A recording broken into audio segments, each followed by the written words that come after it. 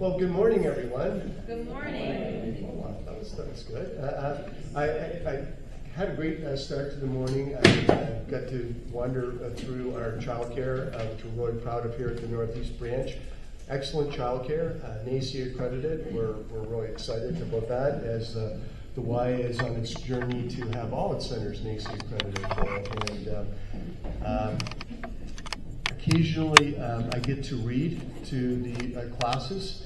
And I'm a Canadian by background, so I've created a major controversy at one of our centers. There was a book called Z for Moose, and in Canada we pronounce ZZ. So I've emotionally scarred some of our kids at that center for life. But we're here to talk about a really important topic, and it is the stability of the funding and support for working parents in the form of licensed childcare. And I can't think of a more noble cause.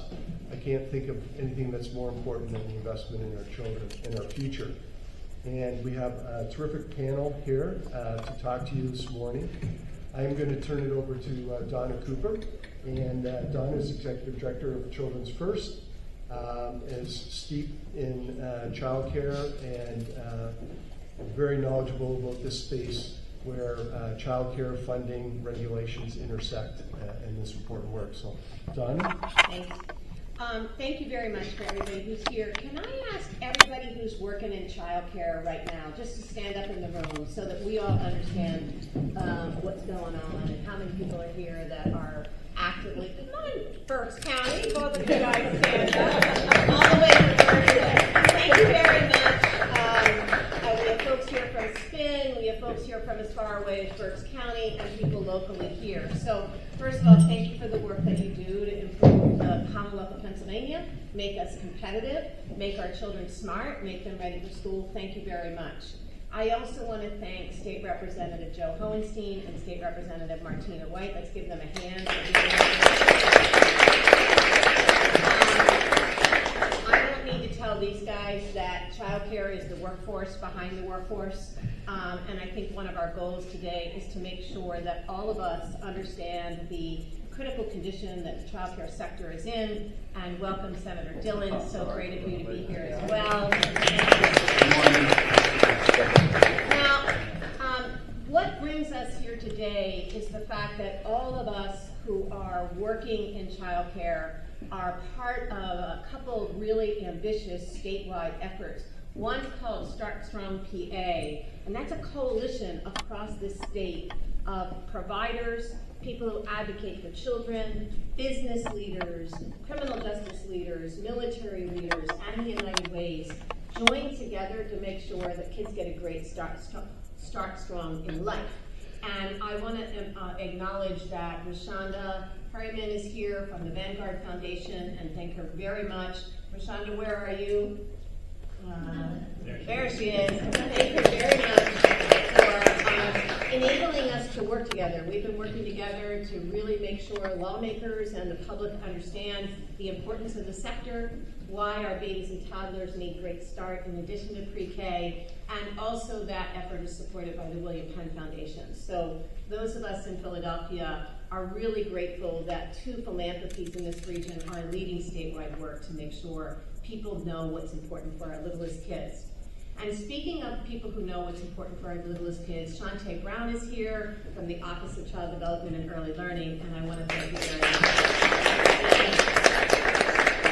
Now, one of the things that we know is that 38,000 kids are on child care waiting lists across the state, and we're going to hear much more about that.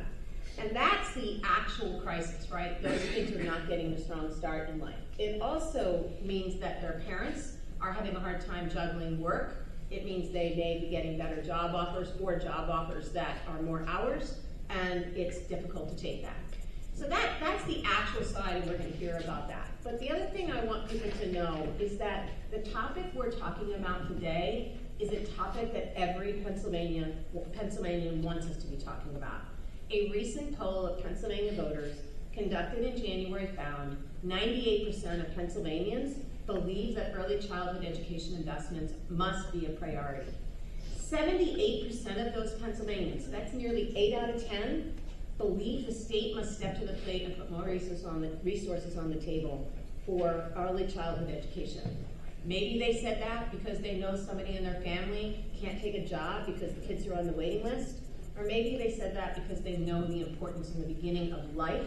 But the fact is that we are here today talking about something that every Pennsylvanian believes needs to be a top agenda item for the state. So the other thing is that Pennsylvanians understand a little bit of what's been going on in the sector. So you'll hear today about the wage rates and the vacancies. This is not a mystery to most Pennsylvanians. People know a family that's got a child care center, a kid on a child care center waiting list, or they know somebody whose parent tells their daughter, tells them, or son, in my kid's child care center, every day there's turnover. There's a new teacher, there's a new teacher, there's a new teacher. And my kid comes home crying because where did Miss Sally go? And where did Miss Susie go, right? And so this is something people are extremely familiar with. But what we want to do today is tell you a little bit about why that's happening and the bigger implications of that, so that we understand that the failure to step up and really solve this crisis is something that has huge ramifications for the structure of our workforce and the readiness of schools. And it comes back at the end of the day to the state budget, and we'll circle back to that at the end. But first, we want to make sure everybody has the same information about where this crisis really plays out. And to begin with that, I want to introduce Steve Doster from Council for a Strong America and Ready Nation. They organize business leaders across the country and across Pennsylvania to speak, to learn about early childhood education issues, and then to make sure that all of us understand the implications of those for the economy. Thanks, Donna. Could we switch to the other presentation? Thanks. Oh, I'm sorry. There you go. There's the results of what I said. Good morning, everybody. My name is Steve Doster. I'm with, as Donna said, Ready Nation. Ready Nation is a business leader membership organization that operates nationwide. We have about 3,000 executives nationwide, as well as a cohort here in Pennsylvania who support evidence-based solutions to ensure that children succeed in education, work, and life. We partner very closely with Pennsylvania's Early Learning Investment Commission and other business leader organizations around Pennsylvania in bringing this message forward about what are the evidence-based solutions in Pennsylvania that are going to make a difference. So we worked on, as Donna spoke about, the broader implications of Pennsylvania's child care crisis. We worked with the Early Learning Investment Commission on a new report documenting what is the annual cost of Pennsylvania's child care crisis. Basically, how have gaps in our child care system that impact families actually, how that has impacted their ability to find, retain a job, and what has that meant for employers. And the title really gives it away there. We're talking about an overall $6.65 billion gap or cost to the economy every year.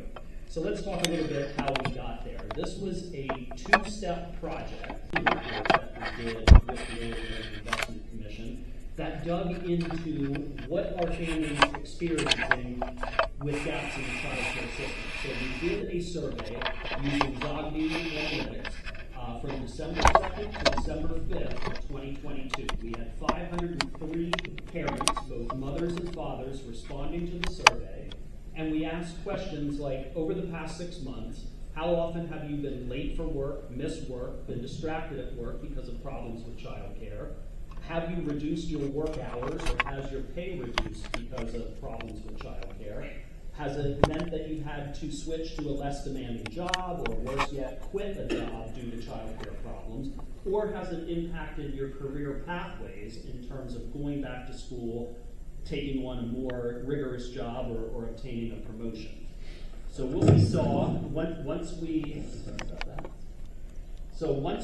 did that survey, we then contracted with Dr. Clive Belfield, who holds credentials both at Queens College, New York, as well as the University of Pennsylvania.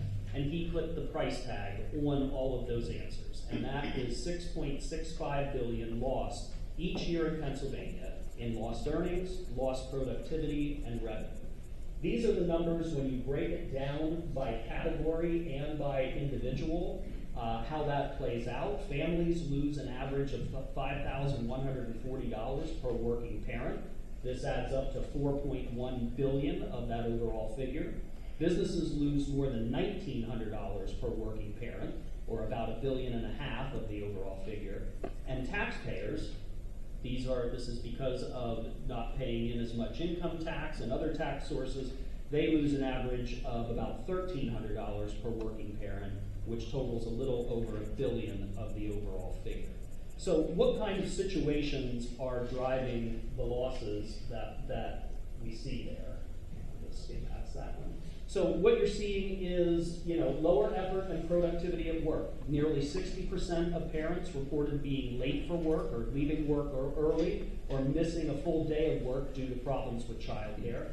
And more than half report being distracted at work. Then looking down, overall less time at work, you see here about 38%, or about a third of parents said they reduced work hours or changed from full-time to part-time to accommodate their child care schedule. Or about a quarter had their pay or hours reduced because of what the employer needed that the employee could not provide. Moving on, we see more serious work disruptions. 27% of surveyed quit a job. About the same percentage have been reprimanded by a supervisor. And most seriously, 18% reported having been let go or fired due to child care problems, or about 11% been demoted. And then that last category are the diminished career pathways that we talked about. About 40% turned down a new job offer, about a third turned down further education or training. But all of those responses add up to that $6.65 billion. So this makes sense. Pennsylvania families, we know, rely on quality child care so they can work. Across Pennsylvania, there's almost about 800,000 working parents with children under the age of 5.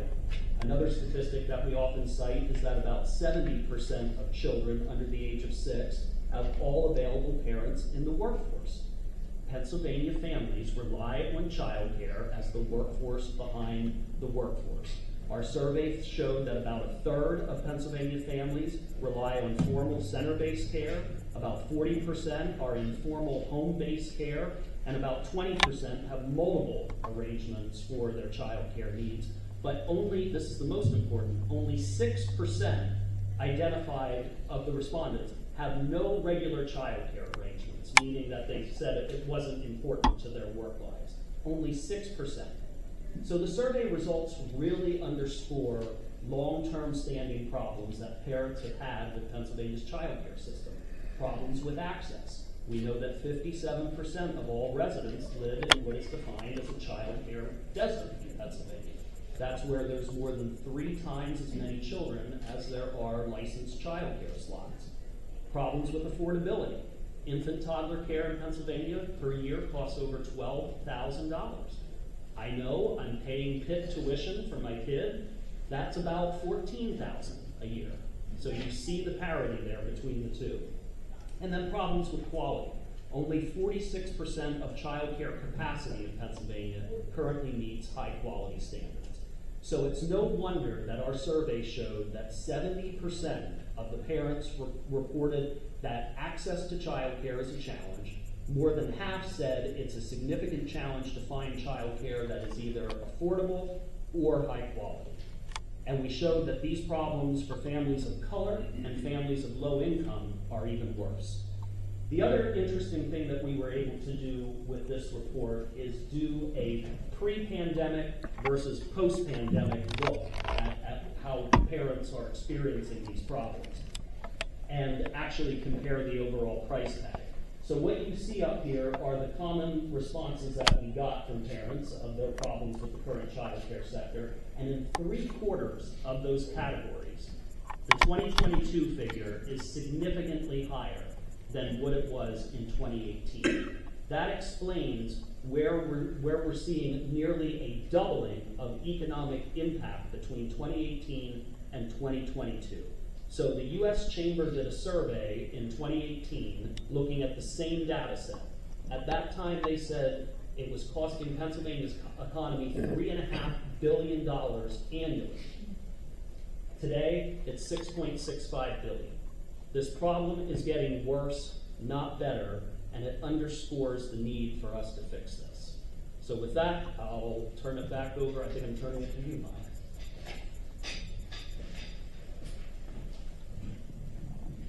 Can we have the next presentation? Thank you.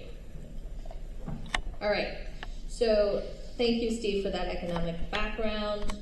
I'm going to talk about our wage study today and give you a little bit of background before I jump into more statistics. Next slide.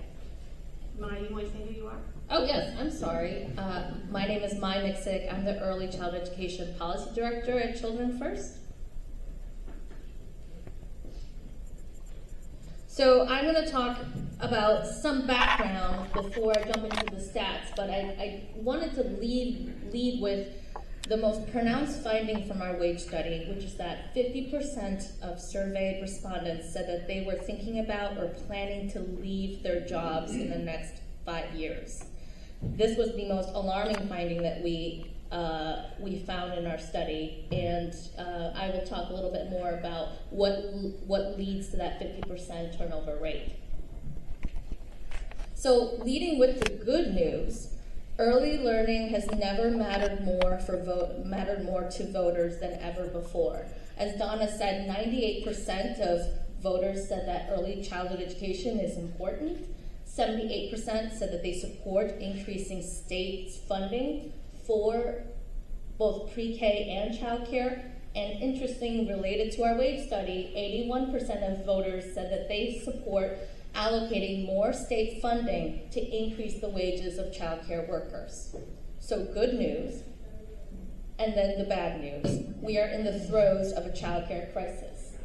We've been periodically surveying the field since about last spring and looking at the staffing shortage and its impact on the childcare wait lists. Our most recent survey from February 2023 found that almost 38,000, 84% of programs surveyed across the state were facing a staffing shortage, and that had almost 4,000 open positions. Finally, 30,000 children could be served if programs were fully staffed.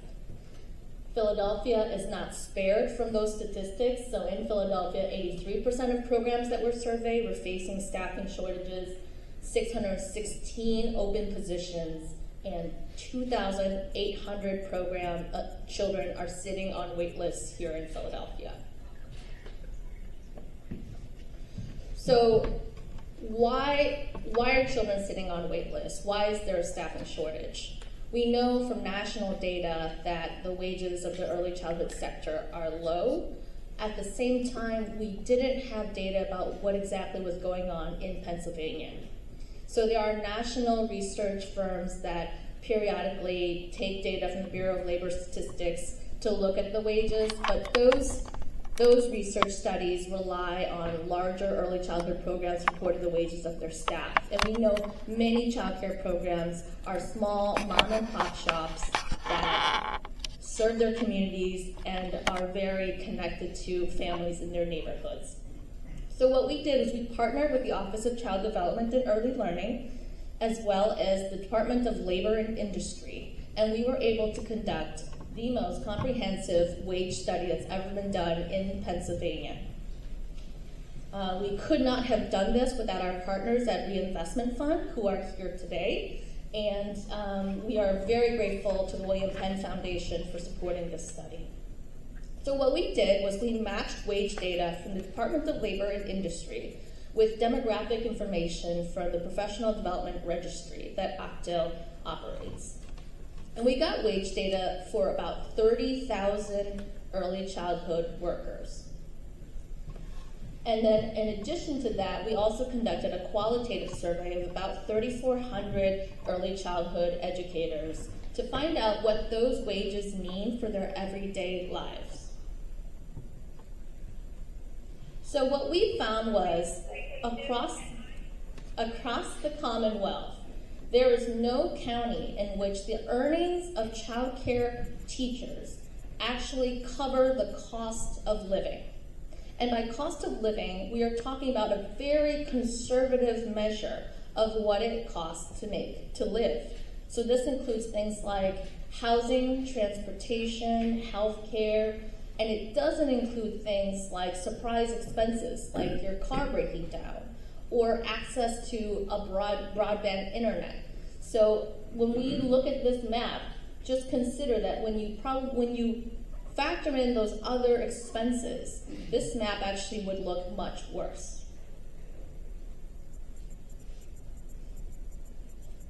So on average, across the Commonwealth, the hourly wage for early childhood teachers is about $12.43. In Philadelphia, it's about $14.37, or almost $30,000 a year. This covers only 80% of the cost of living, which, if you look at that amount of cost of living here, is $37,170. That's not a lot of money, right? That's barely making ends meet. We also compared the wages of the early childhood teachers with other sectors that make comparable wages. So sectors like housekeeping, hairstyling, home health aide, and landscaping. And even amongst those categories of earnings, teachers are still making less than them. And then for kindergarten teachers who have similar qualifications and the same job duties, those teachers are making more than twice what early educators are making. So early child educators at those wages just can't get ahead. And by getting ahead, I mean saving for the future. I mean being able to cover surprise expenses. So what these two graphs show is, compared to the general public, early child educators are having a harder time. So the graph on the right shows whether or not they have a rainy day fund or savings, basically, to cover surprise expenses. And 55% of early child educators say the general public, 55% say they do have a rainy day fund, and only 47% of early child educators say they have a rainy day fund. On the right, we have a graph showing whether or not they would be able to pay their bills, and you can see here that early child educators also have a more difficult time. They also, because they can't save for the future, have to borrow money, either from a payday loan or from a family or friend, or deposit advances in order to cover expenses. So 44% of early child educators had to do that. And in the general public, only 8% of the public reported borrowing money from a family and friend, and only 1% said that they used a payday loan or check advance. So at these low wages, they also qualify for public benefits. We found that 65% said that they utilized some sort of public benefits, and 21% said that they used SNAP benefits or food stamps, 21% said they were on Medicaid, and then, ironically, 14% were utilizing child care subsidies themselves. And this aligns with what we hear from parents and educators, that many of them work in the industry so that their kids can get discounted care. So that leads us to our primary finding, which is that 50% of early childhood teachers are thinking about leaving their jobs in the next 5 years. Of those that are very likely or unlikely to stay in their jobs, 20% had a graduate degree and 39% had a bachelor's degree. So this means that as this turnover happens, we are losing teachers who make the most difference to children's lives, right? We are going to lose the teachers that contribute to the quality of an early childhood program. And this is very alarming. 53% said that they would stay in their jobs if they had a higher salary.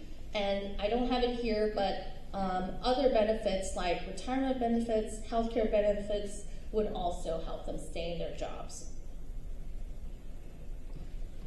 So what do we do about this? we think that we need to invest in the wages of the sector. And investing in the wages of the sector is how we invest in our children. So we are proposing that early childhood teachers with a bachelor's degree get $21 an hour. Those with an associate's degree get $19 an hour. And high school diploma teachers would get $15 an hour. We've done the calculations. This comes to about $430 million. And then we also need to be investing in quality. So making sure that providers can pay staff a high quality, making sure that providers can offer high quality programming for families. So that comes to about $70 million to support STAR 3 and 4 programs that are considered high quality. So that was a lot of data. Hi, before you go on, can you go back to the map for a second? Sure. Because I think looking at the map in the room, I just want to point out that white means that you're only earning 86% of the cost of living. It's not that the white counties are, I just want to make sure people understand the legend, and that the red counties, people are earning 50% of the cost of living. But in every county, early childhood workers are earning under the cost of living. No, they're still 20% below the conservative cost of paying for household expenses. Thanks. And I think the other thing to say about this map is there's no real discernible pattern here, right? You would assume that in the southeast and in Allegheny and the western part of the state that because cost of living is higher, that wages will be higher. That's just not the case. So with that, I'm going to pass it over to Shaun, who's going to talk a little bit about what the Y has seen when it comes to the staffing shortage. Thanks, Mai. A lot of statistics, and I think they speak for themselves when you look at the wage. So let's try to put a face on it. So why is the Y talking about this? Well, first of all, people may not understand, we're the largest provider of licensed childcare in the Commonwealth. We deal with this each and every day. By the way, we have a few folks from the Y here, and I want to thank them for being here. So first of all, I see two of my bosses, board members. So Chris Burns at the back and Stephanie Zaris are on our board of directors. So thank you for attending. That shows you their interest in this particular topic. We have a couple of our staff here. Why don't you just shout out Jess, Jen, and Jen back there, who are providing us. So to give you an idea of what the Philadelphia Y, known as the Greater Philadelphia Y, does as part of the Ys in the Commonwealth, we have 11 early learning centers. We have 65 before and after school sites. We do have contracts with dozens of school districts. We have 30 plus summer day camp locations, licensing there, and daily we have a little over 3,000 kids, and we serve 32,000 camper weeks in the summer. So we have quite a bit of experience from the Greater Philadelphia. I was attending a dinner a couple weeks ago with some business leaders and bankers. Really exciting stuff. And the conversation was informal, and the chat was, so what are you dealing with and how are you struggling as a business operator? And these were some clients of the bank. And 95% of the conversation was around can't find the right staff, can't find enough staff. We're having a real problem. Maybe it's occupational hazard, but I thought it was the opportunity to say we have a structural problem. We just can't get working parents back to work, and one of the key reasons is childcare. And as a provider, you can't afford to pay them a living wage. You can go down the street and stock a shelf for considerably more, and the amount of responsibility we invest in our childcare staff to bring these kids up is enormous. And you saw some of the stats. We can't afford them to pay a living wage. It's embarrassing, and it's just not right. I mean, these kids. All the research shows that a good start in life means you're going to do better in school, and if you do better in school, you're going to graduate and get a job. And if you get a job, you have some income, and your income is totally correlated to health. So, I mean, you can predict how things are going to turn out by the third grade achievement levels. And, childcare gets kids at a running start, particularly for low-income people. And if there was ever a bipartisan issue where both sides of the aisle could agree. Isn't it best for our kids? And you just heard the economic. You put in $1, you get out 6. That's a pretty good return according to my Business 101 class, if I can recall way back then. But so we have a crisis here at the Y in filling our. We have a waiting list of 600 kids. Can't attract enough staff. You heard that benefits, social benefits to help childcare staff make ends meet. I know that we help our own staff out with some of our own programs because of the affordability issue, and the things that the Y does. So we have waiting lists. Closely tied to this, the number one issue is funding, but closely tied to this is also qualifications around what we're asking. And, if you can, go across to a school and make 25% more, or in some cases double what you're making for the same qualifications, it's also hard to retain. But even some of the people and the qualifications they're looking for, and the staff and the wages we're prepared to pay staff, just doesn't make sense. So as an example, I'm going to put somebody on the spot. Jen, what's your role at the Y, if you don't mind? I'm the Vice President of Youth Development. So she oversees thousands of kids, hundreds of locations, licensed childcare. And what kind of educational background do you have? I have a master's degree in public administration. Right. And would you be able to be qualified to work in one of our centers? Not technically, no. No. So this is the kind of, sometimes there's even some structural problems along with the underfunding of this sort of thing. So lots to do there. The cost of care and the complexity in the system is remarkable. So we have a patchwork of funding. And if I was a politician sitting in the front row hearing all these statistics, my head would be spinning, because we have Head Start, we have Philly Pre-K, we have Pre-K counts.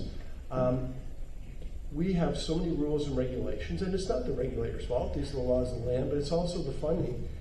Launching a NASA rocket would be a lot easier, in my opinion, than trying to run a child care center and navigate. And we spend an inordinate amount of time helping parents, working parents, navigate these systems.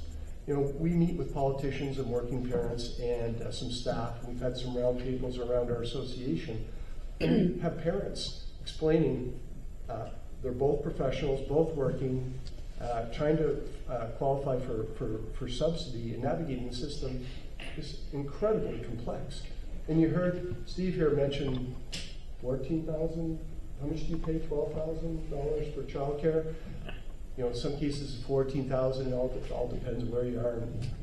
And you have people saying, "Well, surely goodness, somebody's making money out of this." I had this very discussion with a developer when we were trying to negotiate a better rent deal for one of our childcare centers, and he said, "No way, childcare is not that expensive." And I said, "It is." And he said, "Well, why are you asking me for a better deal on rent? You guys have to be making money." I said, "We're not making any money. We can barely keep these things open." Didn't believe me, so he called his assistant in and said, "How much do you pay for childcare?" She said, "Oh, between $14,000 and $15,000. And he said, "No way." And she said, "No, that's what we pay."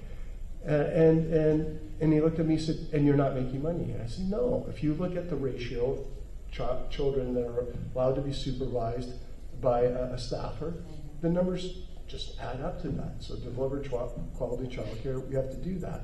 So there's a real lack of understanding out there that it's expensive, and we have to pay a wage that can keep people, in dignity. Never mind delivering quality childcare. So we struggle with this every day at the Greater Philly Y.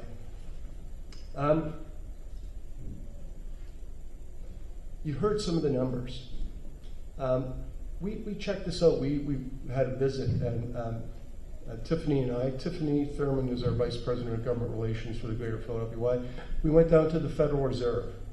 So why did we go to the Federal Reserve? Well, you wouldn't know it these days with the Silicon Valley Bank and the interest rates going up, but they have a dual mandate. They have to manage inflation, but they also manage full employment, and that's the second mandate people don't think much. And they're an advocate for strong and investment in childcare. Coming out of the Minneapolis Reserve Bank, there's a lot of really good information that says this is a huge and important investment And so even the Federal Reserve Bank, has a perspective on this. Businesses have a perspective on this. You heard some of the statistics about what the citizens of the Commonwealth think. There seems to be, as a elected official, you guys have to know a lot, or maybe a little about a lot of different things. And this is such a complex area that one would think would be straightforward, but the complexity causes some issues. But in that complexity, we have to navigate an investment. And I've heard this from some elected officials.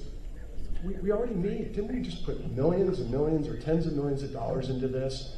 It could have been through ARPA, American Rescue Plan money that came from the feds. Or didn't we throw some extra money at, in support of Keystone Star system?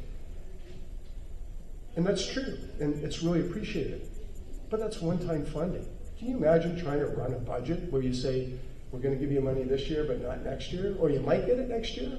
Like, it's damn near impossible for somebody to run a center and under that kind of circumstance. And as a Y, we have an advantage over a lot of childcare providers. It's a very fragmented delivery system. There's a lot of single site, single owner, single nonprofit. We happen to be a large one, and we do other stuff, like we have gyms and we do other programs. So we have a little bit more stability and can weather the storm, but even as an organization that's a little larger, we struggle with that. And so my urge around the funding is a permanent funding stream, not just a one-time or periodic. You just can't budget. You can't navigate the world on that basis. And so we struggle. We struggle to find the right staff. And we have a lot of people on staff with a lot of tenure, and it's because of pure dedication. And I think we ought to start to recognize that and be able to reward them more with some more permanent funding. So if we got agreement on both sides of the aisle with the business community, the bankers, the Federal Reserve System, all the arrows point in the same direction, we just can't urge strong enough funding on a permanent basis for this. It's a structural problem that we can really solve and help working parents and kids in this Commonwealth. So that's what we see every day,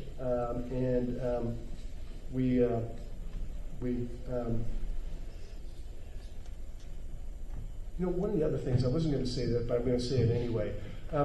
One of the challenges is that most of the caregiving, to be honest, is delivered by a woman, a female. And we have a lot of male elected officials, and sometimes they don't have that visceral reaction that sometimes our female elected officials have. I find that in the business community too, so I would urge everybody to really think on both sides of the aisle and both sides of the gender, that this is a really critical issue that we need to invest in. So with that, I'm going to turn it over to Milagros and have you introduce yourself and talk a little bit about what you see from your point of view. Perfect, thank you. I first want to start by saying good morning. My name is Milagros Patiti. I'm a preschool teacher at Kinder Academy. I've been working with them for 2 years, and it is an honor, and it's a big honor for me and an opportunity to be able to share my story with you today. I was born and raised in a town in Honduras. I had no access to public education, nor access to an after-school program. With a family of 4, we had to struggle living paycheck to paycheck, which is why I moved to the United States 9 years ago, so I can be that change. Coming to a new country, aside from having to learn a new language, I had to study twice as hard. I had to be proficient in English by the time I graduated with my bachelor's degree. As a woman and a minority, I had to work in many fields before I have to become who I always dreamed of, a teacher. Being an educator in early childhood education is a bittersweet. I wake up every day the happiest I can be to see my students, but at the same time I debate if my happiness is worth my financial struggles. As I keep advancing professionally, it became apparent that the profession is underpaid, where many educators are struggling to provide for their families. As personally, I'm struggling to provide basic necessities for myself. When the first of the month begins, I have already been drowned with the stress of paying rent, calculating how many paychecks I will obtain, what bills have to get abated first. I am not only a teacher, I am not only somebody who watches someone's child, but I am trained. I am qualified to reach each children in different fields like math, literacy, cognitive development, social, emotional, physical, and a lot more. I am the first experience to school that many children will receive, as well as families who are trusting us in providing their children with an education and a safe shelter. I am the change who always dreamed about being, by the cost of not being able to provide for my own family. In 2022, my mother was diagnosed with terminal brain cancer, and as a result, I became her primary provider with an income median of $30,000 annually, falling under the poverty line nationwide. In my family too, going to the grocery store or the pharmacy can be the factor of being able to financially pay for utilities on time. I am not the dream I envisioned or worked hard towards. I'm just surviving day by day. My hopes and dreams for having my own children, owning a house, or being able to enroll in a master's degree gets distant each month a little bit more. I am grateful to be eligible to receive food stamps to pay for a small portion of my needs that otherwise wouldn't be afforded. But I know many educators nearly making enough not to qualify. I'm a lead preschool teacher. I'm a leader and a role model to many children each day. Yet it's difficult not to feel stressed or worried that if I don't work my full 8 hours, I won't be able to have enough money to afford medication for my mom. My career is significant to many families, children, educators, and for myself, but it is this career that is underpaid. I'm only one of many educators in Pennsylvania who will face financial distress this year. I can only hope that we recognize that investment on our teachers is not just an investment on myself or my fellow colleagues, but an investment on the pillar of our communities, an investment on your children, an investment on all our future. Thank you.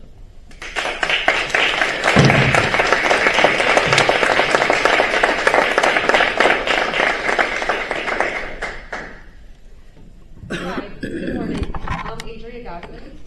I am a early childhood educator at school in Northeast Philadelphia, and I've been teaching for 23 years. I am a teacher in pre-K counts. So as a pre-K counts teacher, I had to have a bachelor's degree with an early childhood certification. I had to go through the same steps that an elementary school teacher would have to go through to keep their job. I had to have go through a induction program, get my master's degree, and to have 6 evaluations done by an instructional coach, all within 6 years. And if I did not do this, then I would have lost my position as a pre-K counts teacher. So I have the same qualifications as an elementary school teacher, but yet I'm not making anywhere near what my peers are making with the same experience and the same level of education. I'm a teacher. I'm also a mother. So I have 3 children. I have a child who is in high school who's going to be going to college soon. I have a 10-year-old who's in travel sports, which costs a lot of money. And I have a 3-year-old that I'm paying $1,300 a month to go to school. And that doesn't include all the other activities that we do. Clothes, food. I have a mortgage.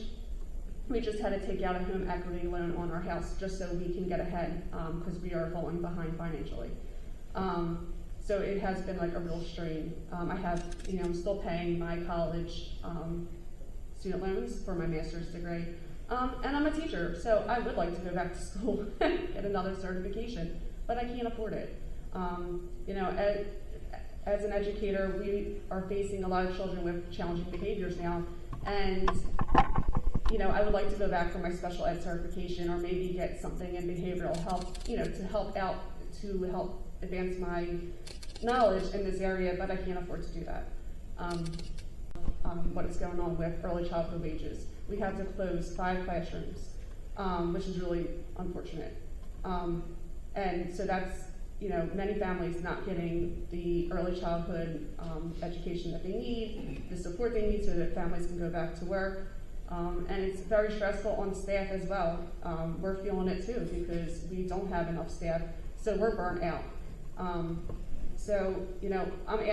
We are all asking that you invest in us, and to help, us to get better wages for what we're worth. Thank you.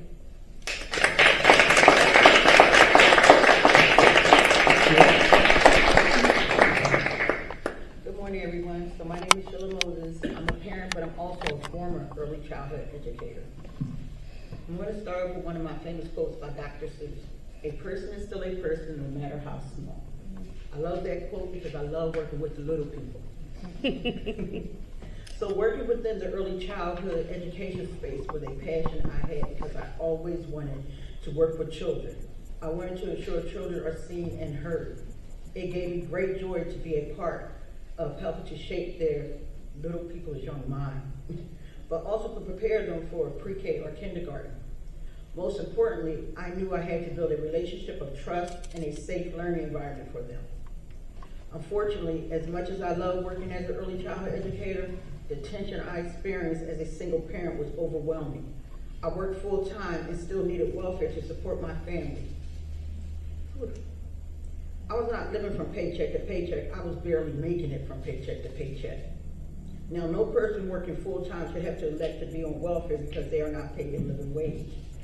When people are not paid their worth, it can force them to seek employment elsewhere. That is the hard choice I had to make, and I felt so guilty about leaving the children. When a staff member leaves, this impacts all staff at the provider and the children. If the provider does not have enough staff, it results in more work for the employees. Also affects the children who may have to be placed in another class. This only burdens the teachers more because now they have to rebuild a new relationship with these children, and it may not be an easy transition for the children or the teachers. If I could go back to my role and make the same amount of money I'm making now, I would, but that is currently not a reality for me. This is why it's time to invest in early childhood educators. It will help to keep the teachers from leaving and be able to provide a better quality of life for their family. If this does not happen soon, more and more educators who love and are great at what they do will leave the profession. So it's time to stop the revolving door and give that money to those teachers because they deserve it. Thank you.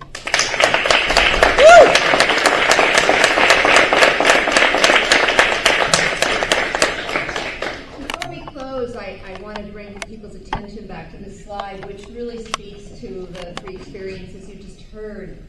You know, you could take the approach that maybe we ask the people in the field to have too many credentials, and that if they didn't have the credentials, then maybe it wouldn't be so expensive to hire them. Early childhood staff are earning less than housekeeping staff in hotels. So the credentialing system is not what is driving the problem here, although there could be things that make it easier for people with multiple credentials that are alike at pedagogy, education, to be able to teach. But the fundamental issue is this, and until we change that, early childhood programs are going to continue to see the turnover rates, the exodus of great teachers, the stress that these teachers are going through. And what's going to happen is Amazon, Target, Chick-fil-A will be populated by people who have extraordinary experience raising children, and maybe they'll be better at customer service than the people who are there now. But we will continue to see, as Steve pointed out, the economic consequences of this to families and children in the Commonwealth. So with that. Sure, thank you, Adria, Lola, and the members. I invite the people here now to ask questions if you have it for our panelists, or have comments as well. Is any state doing this well? So yeah, there are states that have thought about how they change how they pay for childcare, so they get to predictability, where they're giving childcare centers contracts instead of a voucher-based system, where they're using permanent recurring funds as opposed to one-time funds. There are states that, with their own dollars, are investing more than Pennsylvania. Should I just do this? So the current budget that's been proposed by Governor Shapiro basically sustains the childcare wage increase, rate increase that was proposed in 2022. So it is a new amount of state money, but it keeps a policy in place that it's contributed to this situation. And the data shows that childcare centers, since this rate increase went up, have seen an increase in food costs, increase in insurance costs, increase in rent and utility costs, and they've been unable to increase wages because of the other inflationary impacts on their centers. So yeah, there are states that make much more ample investments than the Commonwealth of Pennsylvania. And also there's federal action that has to be taken. So both the federal and the state government, there should be a federal-state partnership, and they both need to step to the table. We're hoping that lawmakers here will think about the budget in front of them and how it does more to address this, because this is not getting better. Even with the good policy that was put in 2022, it's not getting better. So we need a much more ambitious approach. Yes? Yeah, I just want to commend you. I've never heard a more compelling case for this, and just the fact that it's so unified, and you know that you've all come together, and the research here is remarkable, that can be used. And you know, the ask for $430 million is really, I mean, I would just have to say it's de minimis, right? Because in there, you had $15 an hour for a high school graduate to do this work, and a lot of the teachers are high school graduates. And what Governor Shapiro is proposing is a $15 minimum wage. This is not a minimum wage job, and that point has to be made over and over and over, because they'll still end up at, you know, working at Target and Amazon, who are going to be paying better. So, you know, really important, and we just need to really drive this, you know, home. Comment or question there? Stina from Kinder Academy. So I had the great fortune of doing work that I love. I love being in this industry, and I love that I get to work with these amazing women and a couple men, and the stories that we hear and that we know about these women. We every day face them leaving, and I'm sitting here with three of my colleagues, three of my teachers, and I'm looking at this and I'm thinking, they're looking at that kindergarten teacher thing and they're saying, why am I here instead of across the street? And it's terrifying. It's not just the wages, it's the overall investment, it's the resources that are needed in the industry to support children who are not average, who need additional things to support families. When you come and look at this industry, we wear many hats. We are a social service agency that is not compensated as such. We fall under the Department of Health Welfare instead of the Department of Education, so the perception of professionalism is very limited, and there are so many things that need to change. But when we talk about both sides of the aisle, it's not the aisle of businessmen that is the problem. It's the aisle between our legislators that don't want to make the decision to raise the tide for all children in our Commonwealth.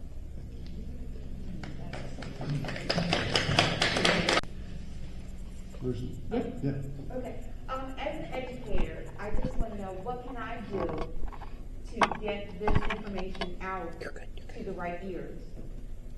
What we found the most successful is sitting down and having a conversation.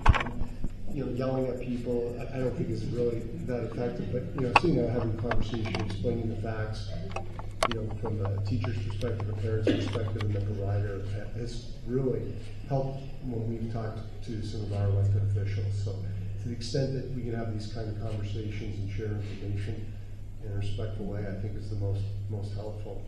By the way, and there was a reference to behavioral and mental health challenges with the kids. You know, we've all heard about that, but we see it every day. It was on the rise pre-pandemic, but post-pandemic, we're asking our teachers also to deal with a lot of issues on that front as well, which is very, very challenging, as one might expect. So we're asking our teachers to do a lot. Can I back up and just say, I was just going to say, Children First would love to have you as one of our advocates that we work with. We meet with legislators, we write op-eds, we go to Harrisburg, we do rallies. You know, I'll give you my card after this, and I would love to connect with you because there are lots of opportunities for advocacy. One thing that we're doing is we're building not just one local provider council, but there's a statewide one too, where providers are coming together, not just providers, but teachers and staff as well, to look at the early childhood system and see where is it broken, and wages is one factor, but there are other factors as well. and how can we make the whole system better for families and for providers. And so I welcome you to take my card after this so that we can connect. Thank So you. Maya, it won't be weird when I sit on Martina's lap until she hears my whole story, right? A little weird.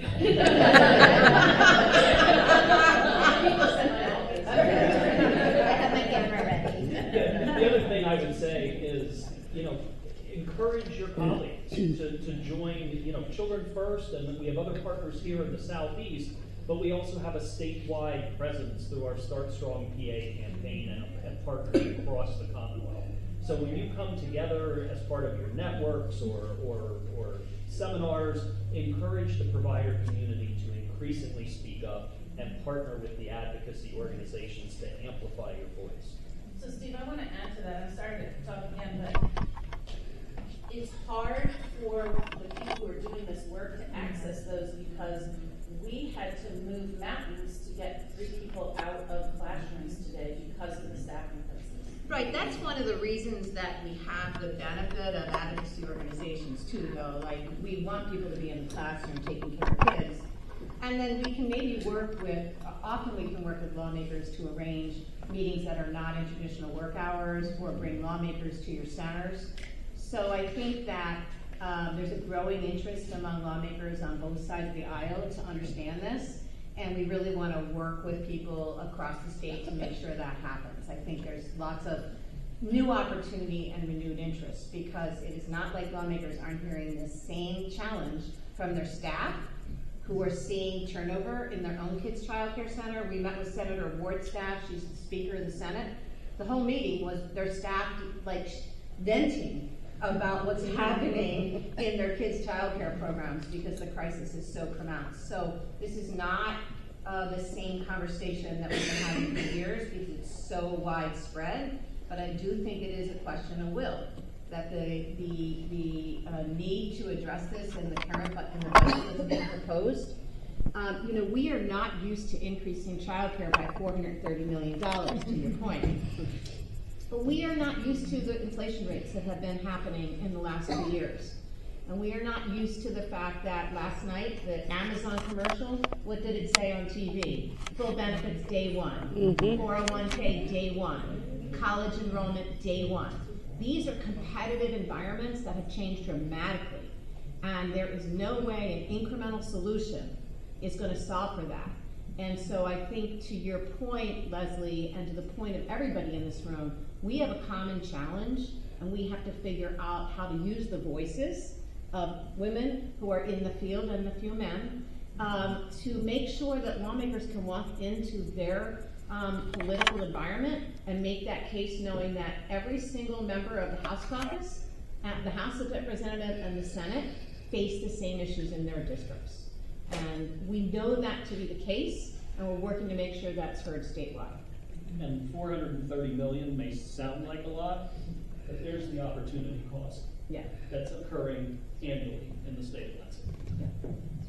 So I want to thank everybody for, first of all, the panel for being here and the really great comments from the perspective of the providers and the users, and the great information that we've been able to share from a factual standpoint, and all of you for attending, and of course our elected officials for being here. Important work. Thank you so much. Enjoy the rest of your day.